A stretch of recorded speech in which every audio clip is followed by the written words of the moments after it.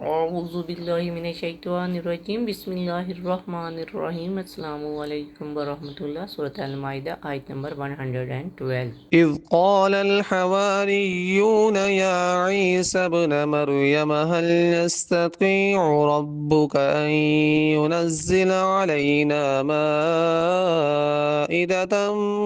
من السماء قال اتقوا الله إن كنتم مؤمنين۔ اور یہ بھی یاد کرو جب حواریوں نے کہا اے عیسیٰ ابن مریم، کیا تمہارا رب ایسا کر سکتا ہے کہ ہم پر آسمان سے کھانے کا خوان اتار دے؟ تو عیسیٰ علیہ السلام نے جواباً کہا لوگو اللہ سے ڈرو اور اگر تم صاحب ایمان ہو۔ دیکھیں پچھلی آیت میں تھا کہ اللہ سبحانہ وتعالیٰ نے حواریوں کو الہام کیا کہ وہ عیسیٰ علیہ السلام کا ساتھ دیں، اس کے فرما بردار بن کر رہیں۔ تو انہوں نے کہا ہم آپ کے نبی کی اطاعت کرتے ہیں اور فرما بردار ہیں۔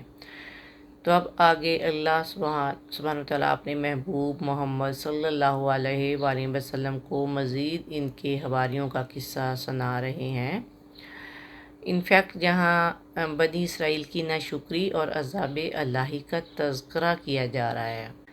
جیسا کہ آپ بھی جانتے ہیں کہ یہ مائدہ دسترخوان کا واقعہ ہے اور اسی وجہ سے اس سورت کا نام سورہ المائدہ ہے، اور یہ بھی حضرت عیسیٰ علیہ السلام کی نبوت کی ایک زبردست دلیل ہے۔ اور آپ علیہ السلام کا ایک اور معجزہ ہے کہ اللہ تعالیٰ نے آپ علیہ السلام کی دعا سے آسمانی دسترخوان اتارا اور آپ کی سچائی ظاہر کی۔ بعض ائمہ کرام کا کہنا ہے کہ اس کا ذکر موجود انجیل میں نہیں، عیسائیوں نے اسے مسلمانوں سے لیا، واللہ عالم۔ عیسائی کے ماننے والے یعنی ان کے حواری آپ سے خواہش کرتے ہیں کہ اگر ہو سکے تو اللہ تعالیٰ سے ایک خوان کھانے سے بھرا ہوا طلب کیجئے۔ تو المائدہ کی آیت نمبر 12 میں ہے یا عیسیٰ ابن مریم حل یستطیع ربک، یعنی کہ آپ سے یہ ہو سکتا ہے کہ آپ اپنے رب سے دعا کریں۔ معاہدہ کہتے ہیں اس دسترخوان کو جس پہ کھانا رکھا ہوا ہو۔ بعض لوگوں کا بیان ہے کہ انہوں نے باوجہ فکر و فاقہ، تنگی اور حاجت کے لیے سوال کیا تھا۔ جناب مسیح علیہ السلام نے ان سے فرمایا اللہ پر بھروسہ رکھو اور اس کی تلاش کرو اور انوکھے سوالات نہ کیا کرو، کہیں ایسا نہ ہو کہ یہ فتنہ ہو جائے اور تمہارے ایمان ڈگمگا جائیں۔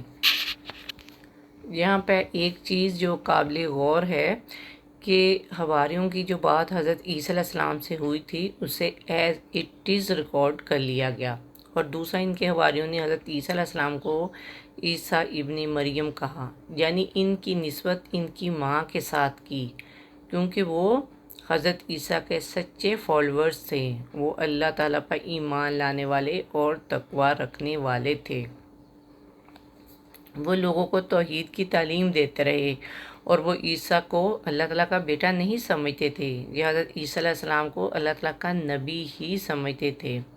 وہ عیسیٰ علیہ السلام سے سوال کر رہے تھے کہ آپ کا رب اس کی استطاعت رکھتا ہے، جب وہ ایسا کر سکتا ہے۔ ان کا سوال ایسا نہیں تھا جیسا بنی اسرائیل کی قوم اپنے نبی سے سوال کرتی تھی، یا 70 نقیب جو حضرت موسیٰ علیہ السلام کے ساتھ اللہ تعالیٰ کو دیکھنے گئے تھے ضد کر کے کہ جب تک ہم اللہ تعالیٰ کو نہیں دیکھیں گے تو ہم ایمان نہیں لائیں گے۔ تو یہ اس طرح کی ڈیمانڈ نہیں تھی، بلکہ حضرت ابراہیم علیہ السلام جیسا سملر سوال تھا جیسا انہوں نے اللہ تعالیٰ سے کیا تھا کہ آپ مجھے دکھا سکتے ہیں کہ آپ مردوں کو کیسے زندہ کرتے ہیں؟ تو اللہ تعالیٰ نے ان سے پوچھا تھا کیا تم ایمان نہیں رکھتے؟ تو حضرت ابراہیم کا جواب تھا کہ نہیں، اس سے میرے دل کو سکون مل جائے گا، میرا دل مطمئن ہو جائے گا۔ تو اگلی آیت میں آپ دیکھیں گے کہ ان کا سوال بھی اسی قسم کا ہی ہے۔ جہاں ایک اور بات قابل غور ہے کہ اللہ تعالیٰ نے یہ واقعہ کیوں لکھا جبکہ انجیل میں یہ واقعہ موجود نہیں ہے؟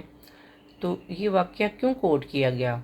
اگرچہ کرسچنز میں یہ واقعہ بہت مشہور ہے، تو اس لیے بتانا مقصود تھا تاکہ عیسائیوں کو آپ کی اہمیت کا بھی پتہ چلے کہ نبی پاک کو وہ باتیں بھی بتائی جا رہی ہیں جو ان کی انجیل میں بھی موجود نہیں ہے۔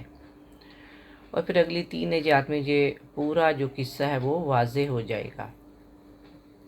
اللہ سبحانہ و تعالیٰ ہمیں اپنی ذات پہ کامل یقین رکھنے کی توفیق دے۔ اللہ سبحانہ و تعالیٰ ہمیں نیک لوگوں میں شامل کر لے، ہمیں برا دیکھنے، برا سوچنے، برا بولنے اور برا کرنے سے بچا، اور ہمیں اچائی کے راستے پہ چلنے کی توفیق عطا فرما۔ آمین یا رب العالمین۔ السلام علیکم ورحمۃ اللہ وبرکاتہ۔